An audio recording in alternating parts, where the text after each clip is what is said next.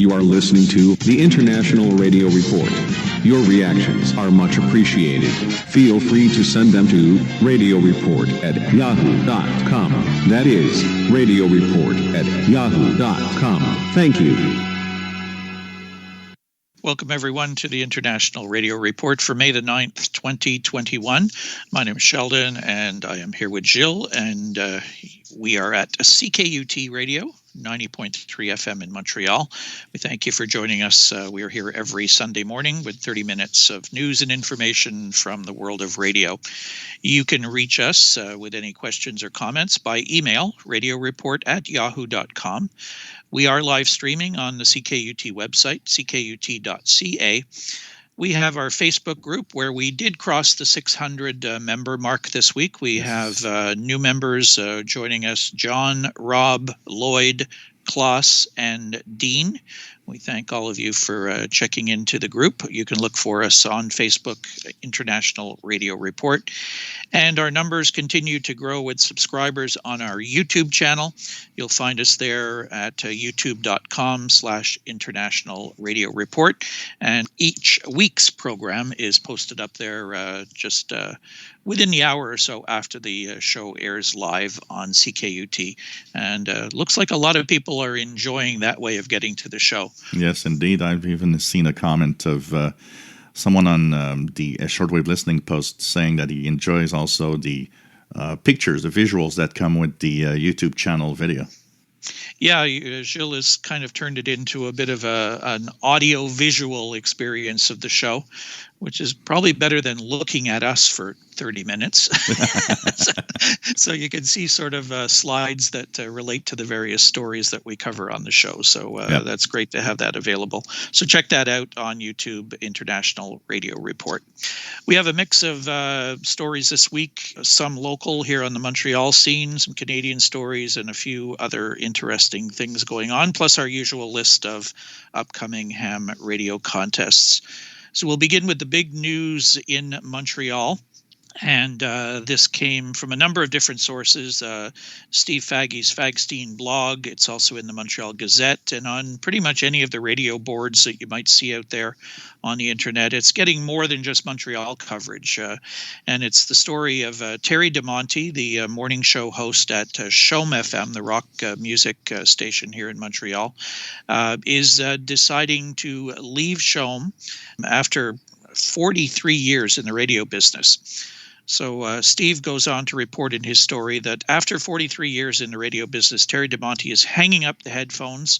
He announced this earlier this week on May the 28th, that his last day will be May the 28th, I should say. And there was a press release from Bell Media, who owns the radio station, CHOM FM. They say that he doesn't say that he's retiring, but they describe him as, quote unquote, stepping away from broadcasting. So that could mean something totally different. Celebrating DiMonte's career all month long, the station invites listeners to share messages of their favorite memories via social media at CHOM 977 or by calling into they have a special phone line available. Terry DiMonte is a local personality. He was born in the borough of Verdun in Montreal and raised in the West Island. He began his broadcasting career in Churchill, Manitoba, way back in 1978. And after originally joining CHOM as the morning man in 1984 for 7 years, he moved over to Mix 96 and drove the station to rating success in the 90s. And then in 1998 took over on CJD AM for legendary broadcaster George Balkan when he retired. After a brief stint back at CHOM, and following a 4-year stay at Q107 in Calgary, he returned to CHOM to rock Montrealers' mornings from behind the microphone for the last decade. So he's very well known, very well liked in Montreal. He's involved in a lot of special interest groups, charities, and whatever that he has worked for, Big Brothers and Sisters, Montreal Children's Hospital Foundation, and Big Brother, Sun Youth, Dans la Rue, West Island Community Shares, and a lot of work for the Missing Children's Network. They even held a special radiothon every once in a while for that. So anyways, he says that it's very difficult to walk away from something that has been so good to me and that I love so much. It was a very tough decision for me to make, but one I've been pondering for a couple of years, and it's time for a new chapter. One that doesn't include getting up in the middle of the night, which any morning show announcer has to deal with. There's a lot of names being kicked around as a possible replacement. Pete Marier is one who's been with CHOM off and on for many years.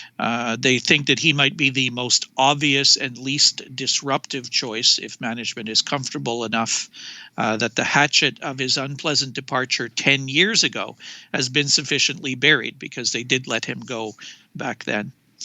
There are also people like Randy Renault, Bilal Butt, and Jason Rockman or Sharon Hyland, other announcers at the station. So he will be leaving on the 28th. It is, yes, the 28th of May will be his last show on CHOM. But since this story broke, there's some other interesting stories that have come out. One in particular in the Montreal Gazette, where DiMonte revealed that he was reaching the end of his contract at the end of May. Coincidentally, that's when he's going to be packing it in on CHOM. He was hoping to be able to negotiate and stay on until at least the end of the year, but it seemed that Bell wasn't interested in that. So he has decided to go. Now, he says he's retiring from CHOM. That doesn't necessarily mean he's retiring from radio hosting. Nope. You know, he could be somewhere else. He doesn't have a contract any longer, so I doubt that there's any sort of they have this no compete clause with a lot of people who they let go, where, you know, they can't work at another competitor for 3 months or 6 months or something like that. I don't think that'll be the case here, because they haven't renewed his contract. Yep. So we'll see what happens with that. The second story that came out afterwards, and this was circulated by the former manager at CHOM and at Bell Media Stations in Montreal, Rob Braid.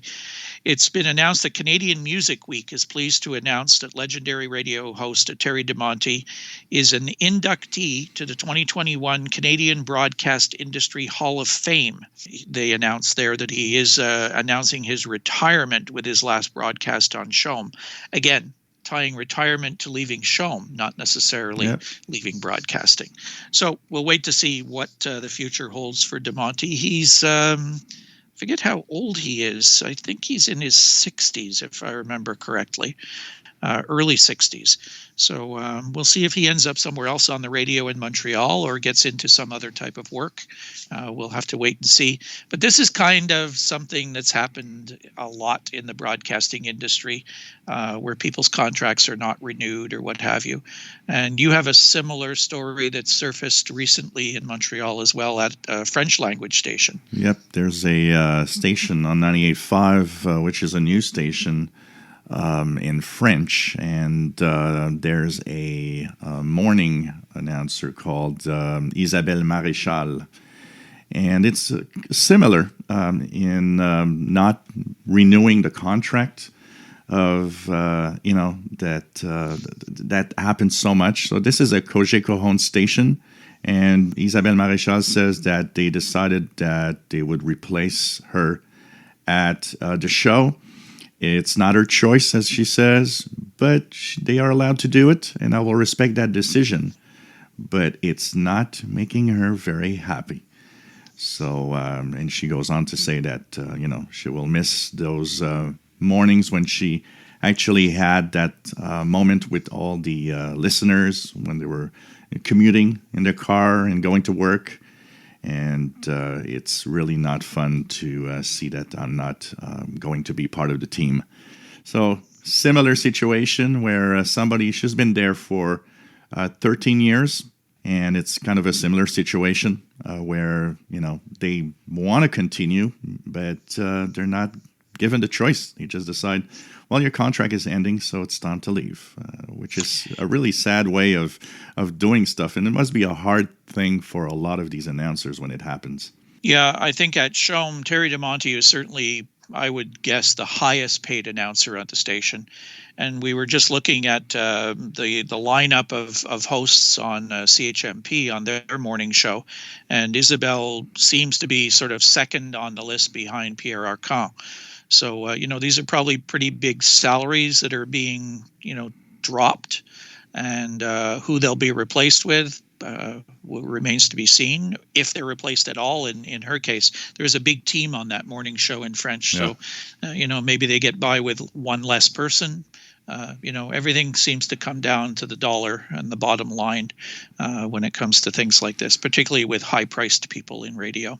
Yeah, absolutely. And in the case of Terry DiMonte also, I've heard so many times people that do that morning show because they have to wake up like in the middle of the night. It's a tough one to do for so many years. And I've heard so many announcers even on the French side of radio saying, you know what, when we take that decision to leave, it's because at one point we get to take a decision of maybe I'd like to have a more normal life and not have to get up at 3 a.m. to just go to work. And maybe that's what Terry DiMonte is looking at. Because like you said, they're not saying he's retiring from radio, just, from CHOM FM. So maybe we could see him, who knows, up here on another station at some point with another time slot where he'll do some other show.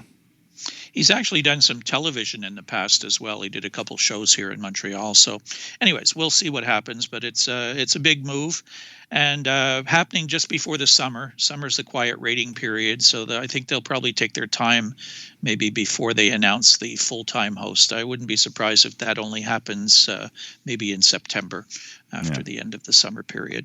Another radio company in Canada is actually shaking up their radio stations a little bit, and that is the EVANOV company. Yeah, EVANOV flips 4 Jewel stations. This is via the Canadian Radio News. EVANOV Communications has rebranded soft adult contemporary Jewel stations, CJWL 98.5 in Ottawa, Ontario, and CHSV 106.7 in Hudson, Saint-Lazare, Quebec, to Light FM 98.5 and Light FM 106.7, respectively.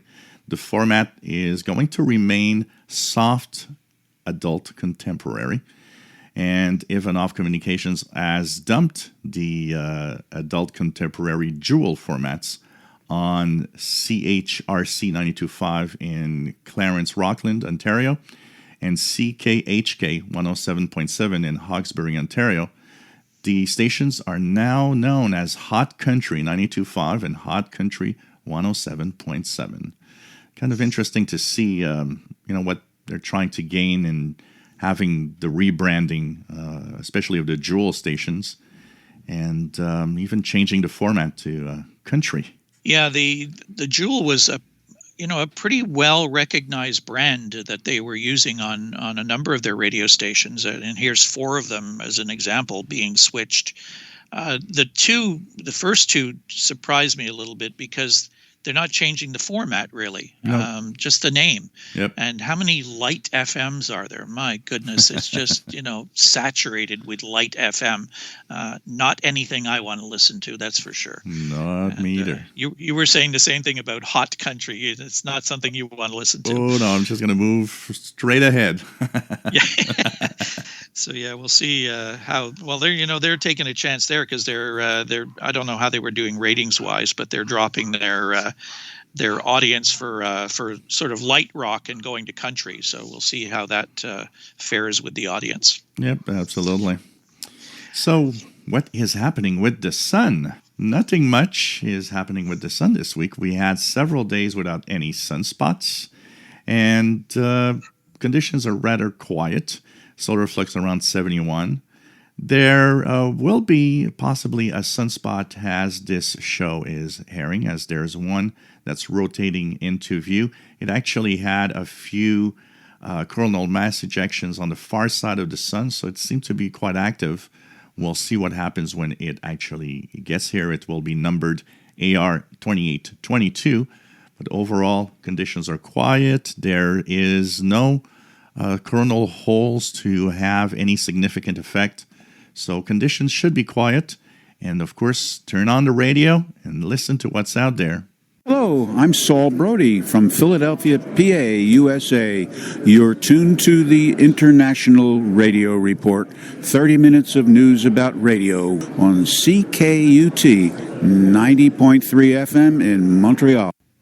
Our next story is, I guess it's the dumb radio announcer story of the week here. We just had to report this one. It comes from Peter Freilich in the New York Post. DJ gets radio station tattoo on his arm and is laid off a week later. A St. Louis DJ learned the hard way that tattoos are forever, but jobs aren't. Less than a week after getting the station's logo tattooed on his arm, WIL 92.3 FM, country music jock Mason Schrader got a tattoo of his WIL on his arm last month, and less than a week later was laid off. Schrader, half of the Morning Drive Mason and Remy show with Zachary Hosley, took to Twitter to announce his departure from the show with a photo of him featuring his new tattoo with the note, "Ha ha ha, I just got fired." To make matters worse, Schrader was hired as part of a duo with Hosley in 2018 from a Chicago station, and Hosley is keeping his job. According to the St. Louis Today.com, Hosley will now be paired with another DJ, Casey Washhausen. So I guess he'll be wearing long sleeve shirts for a while. Yeah, and when he takes his shower, looks in the mirror, he's going to be shedding a little tear every time he sees the tattoo. I guess he'll look for a station that's, WIL something.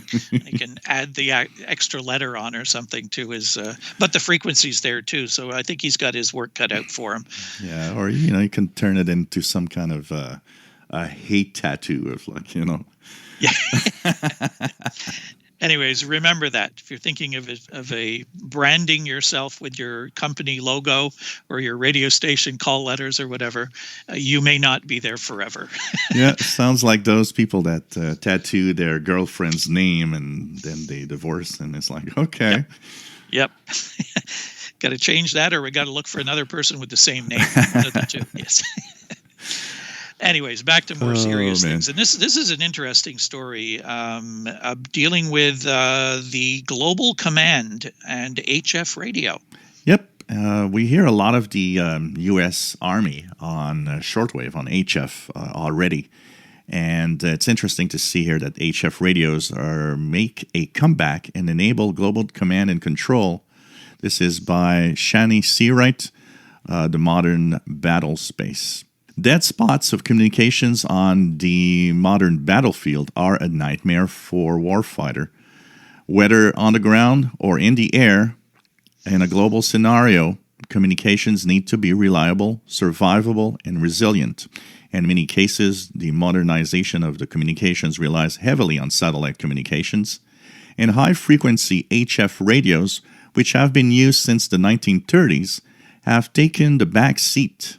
But HF radios are making a comeback with new modernized HF filling growing need for eliminating dead zones. As the military works towards joint all-domain command and control, advanced long-distance communications is critical. While SATCOM has been relied upon across the battlefield, there are many vulnerabilities that remain a concern for military leaders. From vulnerabilities such as malicious attacks to overtaxing the system to solar mass ejection, there is the looming threat of low-priority denial of service. So much so that the U.S. military is working with industry to determine what a day without space looks like. In remote and contested environments, it is clear that an alternative is needed.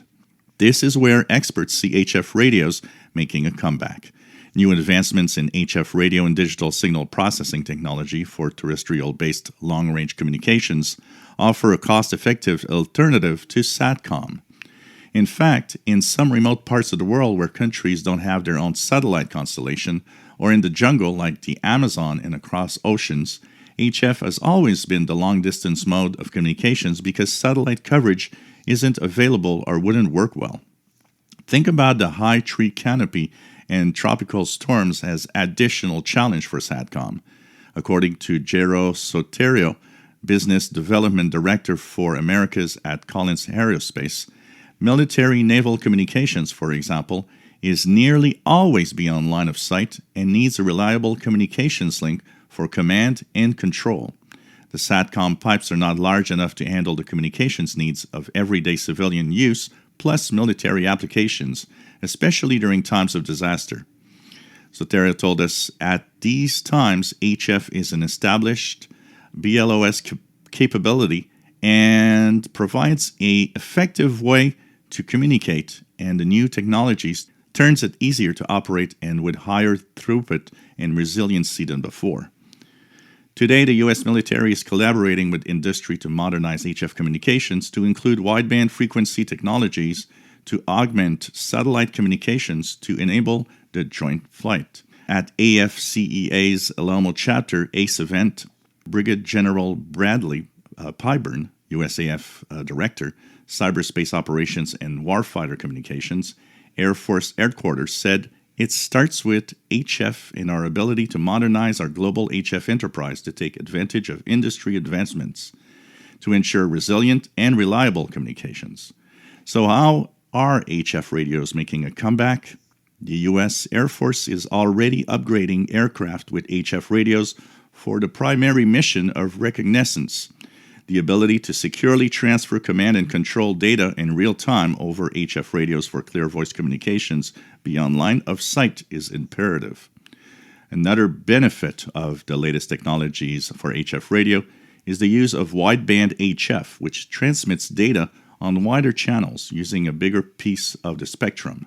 Broden explains that it allows for high-speed data transfers. It's like going from a dial-up modem to broadband, which is critical for command and control data. Finally, Broden points out new processing capabilities in modernized HF that enable more complex waveforms and resilient links for clandestine operations. These links are less likely to be disruptive and ensure that data is able to get through. Broden expects these capabilities to continue to evolve in the future. And this is an example of all the advancements we see even in amateur radio, actually. There's a lot of new technologies that, with data, with digital modes, actually enabling much better performance in HF communications. And I think they're going to use a lot of that. So expect more digital transmissions probably through this. But also, satellites have their limits. And a lot of people think satellites do everything. In reality, satellites are extremely limited in their capacity. And I think they're finding out here that, HF is a great way to make sure that our communications go through. When so many countries were leaving shortwave broadcasting, you do a utility column for our CIDX Club bulletin, and we see the variety of stations and services that are still out there using HF, and the military is one of them. Not just U.S. military, but other militaries around the world as well. So they have not gone, full bore into new technology. They've held on and continue to use this sort of ancient technology, as a lot of people like to call it, but it's efficient and it gets through when other things can't and when other things are compromised. So to see them putting more money and more effort into expanding their HF services should tell broadcasters something as well. That if the military is relying on this and deciding that we need to beef this up, I think you'd hope it would make some of the countries around the world say, hey, these guys probably know what they're doing here, so maybe we should be rethinking what we're doing. And for those that have shortwave receivers and already want to take part in the action of what's happening with the U.S. Global Command, they have regular coded messages called EAMs, or Emergency Action Messages, where they mostly done in phonetics, but it's kind of cool to be part of the action knowing that it's the military. Frequencies to tune, and I mean, this is intermittent communications, and it's going through all day, 24 hours a day. And signals are quite good, too, pretty strong. So you have 4724, You have 6732. You have 8992. You have 11175. And you have 15016 kilohertz, all in upper sideband. Daytime favor higher frequencies. Nighttime you'll be in the lower frequencies. The ones I hear all the time at night, 4724 is pretty good. Daytime, 11175, 15016 is pretty good also. 8992 is a good one in general. And they pretty much carry the same thing. So if you hear one frequency with something weak, try the other ones, because all the other ones are actually relaying the same message. So you'll find one that is probably stronger than the others. But it's, if you tune these frequencies, it's for sure in a half hour, an hour, you'll hear a few of these messages go through. It's kind of interesting. Yeah, what people have said too is you obviously don't know what they're saying because it's coded messages, but you can sometimes tell when something major is going on by the sheer number of these transmissions that you're hearing. Increased activity. So that can give you some indication that there's something going on somewhere where, they're needing this communications to get out on a more frequent basis. So you can sort of use that as a guide and then go look around and see what might be happening out there. And they often use and kind of nicknames. They have these names that they use, like Sky King and so on. If you want more information, often all you have to do is just Google HF Global Command and put that nickname in there, and you will have the information of where it comes from sometimes, or what's Sky King, what is all that about, and because there's different levels of importance depending on who sends out the messages also. Yep, it's a nice little mystery that you can participate in. Yep, absolutely. And it's time for the ham radio contests. Yeah, we just have 3 of them this week. Not a real busy weekend coming up, but you can check some of these out next weekend. The first one is sponsored by the New Zealand Association of Radio Transmitters. It's the New Zealand ART Sangster Shield Contest, 0800 to May 15th to 1100 Zulu May 16th.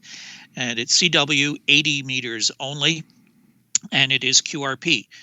Transmitters must not exceed 5 watts. And they want New Zealand stations to contact other New Zealand stations, and New Zealand stations to contact overseas stations as well. QRP, that's going to be a challenge. Yeah. Is Majesty King of Spain contest, CW, 12 hours Zulu May 15th to 12 hours Zulu May 16th, sponsored by the Union of Spanish Radio Aficionados. Participants, any licensed amateur station anywhere. Mode is CW only. Bands are 10, 15, 20, 40, 80, and 160 meters. And finally, I like this club name, the Flying Pigs QRP Clubs International. Their Run for the Bacon QRP contest, 2300 Zulu May 16th to 0100 Zulu May 17th, so it's a short one. CW stations only work once per band on 160, 80, 40, 20, 15, and 10. And that also is a QRP contest. So with CW contests like this, you'll be able to brush up on your Morse code decoding. Yeah, there you go, and you can go get your license. Yes. Become a ham operator. You don't need CW anymore, though, to get your license, but for certain categories, you do still require that. So that is it for us this week. We thank you for tuning in. We'll come back again next week. Do check out our YouTube channel if you want to check out the show, International Radio Report on YouTube, and our Facebook group, again, is also International Radio Report. Thank you for listening.